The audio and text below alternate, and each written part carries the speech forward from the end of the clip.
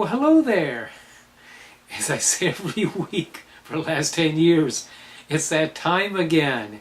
Yes, it is. It is time for our weekly tarot/astrology blog here on this beautiful, hot, and a little bit cloudy Sunday, July the 22nd of 2018. And as usual, I'm going to go over some Tarot de Marseille cards, Major Arcana, Minor Arcana, and then take a brief look at astrology. And this week is particularly interesting, so do stay tuned. That's right. The Major Arcana are going to come on the screen in a moment and cover my face. And the ones that I drew for this week are the Pope, Justice, and Judgment. Now, there's a couple of ways we could interpret this one. The one that came to me right away, and I kind of stick with my first impressions, okay? We see the Pope on the left. He looks like he's facing towards the right, like he's trying to talk to the figure in the Justice card, like he's trying to give her advice. She's not really completely receptive to this. She is holding a sword up. That's like a barrier between her and the Pope. Then on the other side, we have Judgment blowing its horn. Now we could look at that Empress, the face of the Empress, look at the face on the Justice card, and they are very similar.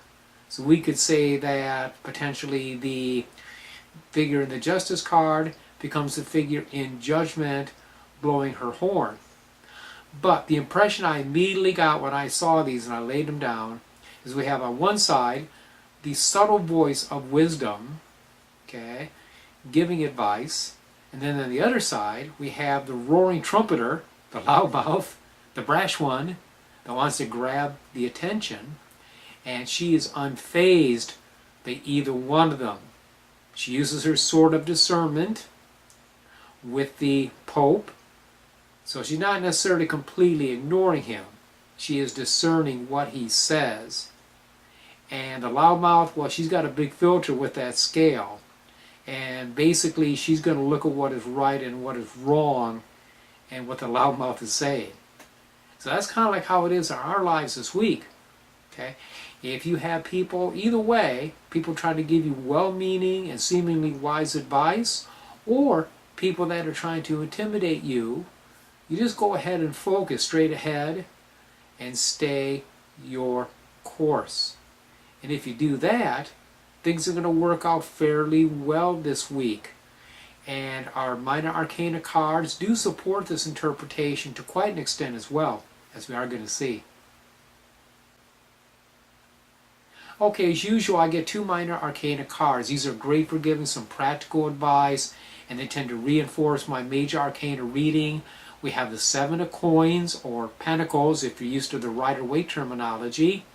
And then we have the Five of Swords. Now, sevens, and the way that I read, are troubling. There's always trouble with sevens. There's always like a blockage. And here we could see this as a financial blockage, a blockage of manifestation, or a blockage in our ideas that we're trying to overcome.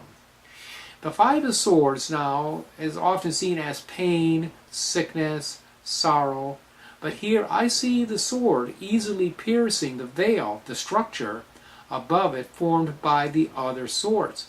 So if we focus, we can get past any quote-unquote sick or unhealthy energy, all right, any chatter, any noise. We can cut through that, and then we can go ahead and proceed in the way that is right for us. And when we look at the astrology, you're also going to see why this is important. Yes, astrologically now we got a couple of things coming up that I don't particularly like, to be quite frank with you. Thursday we have Mercury going retrograde.